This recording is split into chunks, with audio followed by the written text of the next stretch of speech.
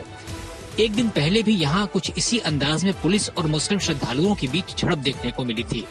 अल अक्सा मस्जिद को मुसलमानों का तीसरा सबसे पवित्र धार्मिक स्थल माना जाता है, जबकि यहूदियों के लिए भी ये जगह बहुत महत्वपूर्ण है। यहूदी इस जगह को टेम्पल माउंट कहते हैं और यही उनके प्राचीन मंदिर का अंतिम और सबसे पवित्र अवशेष वेस्टर्न वॉल है। इसीलिए इस जगह पर दोनों पक्षों के बीच अक्सर झड़प होती रहती है। आज तक ब्यूरो। खबर चीन के शहर शंघाई की, जहां कोरोना के मामलों में पहलों की तुलना में कमी आने के बाद भी लोगों को लॉकडाउन और प्रतिबंधों से राहत नहीं मिली। शंघाई प्रशासन ने साफ कर दिया कि प्रतिबंध तब तक नहीं हटाए जाएंगे तब तक कोरोना खत्म नहीं हो जाता। लगभग 2.5 करोड़ की आबादी वाले इस शहर में पिछले 3 हफ्तों से सख्त लॉकडाउन है। हालांकि अच्छी बात यह है कि पहले की तुलना में कोरोना के मामलों में कमी आई। एक दिन पहले शंघाई में 15,861 मामले आए थे, वहीं अब एक दिन में ये मामले कम से कम 700 कम हुए। क्यूबा की राजधानी हवाना में इंटरनेशनल बुक फेयर की शुरुआत हो गई।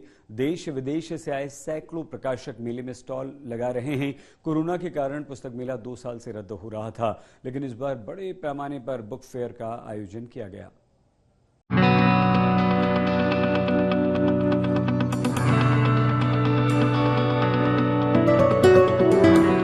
अमेरिका के पड़ोसी देश क्यूबा में इंटरनेशनल बुक फेयर की शुरुआत हो गई है। राजधानी हवाना में लगे पुस्तक मेले में देश और विदेश से आए सैकड़ों प्रकाशक भाग ले रहे हैं। साथ ही बुक फेयर में बड़ी तादाद में लोग आ रहे हैं। पहले दिन ही बुक फेयर में हजारों लोग पहुंच गए और बुक स्टॉल पर भारी भीड़ देखने को मिली। न्यूज एजेंसी रॉयटर्स के मुताबिक कोरोना महामारी की वजह से पिछले 2 साल से बुक फेयर रद्द हो रहा था, लेकिन इस बार बड़े पैमाने पर लैटिन अमेरिका के सबसे बड़े पुस्तक मेले का आयोजन किया गया है। Estamos muy emocionados por la Feria del Libro porque han pasado 2 años que no venimos, que no podemos obtener libros tan variados como la literatura que ofrecen aquí, que no los encontramos en otras librerías aquí, y también la oportunidad de compartir con todas las personas que también por culpa del COVID no hemos podido relacionarnos, y aquí estamos todos juntos. कावन औपनिवेशिक clay में लगे पुस्तक मेले में इस बार Mexico अतिथि देश है। मैक्सिको की सरकार ने मेले में 30,000 से ज्यादा किताबें भेजी हैं।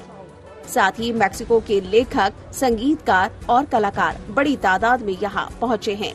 मेले में हर तरफ मैक्सिको संस्कृति की झलक देखने को मिल रही है। आपको बता दें कि हवाना इंटरनेशनल बुक फेयर का ये 30वां संस्करण है, जो कि इस महीने के आखिर तक चलेगा। आज तक ब्यूरो। दुनिया आज तक में आज के लिए बस इतना ही। आप प्लीज अपना बहुत ख्याल रखिएगा।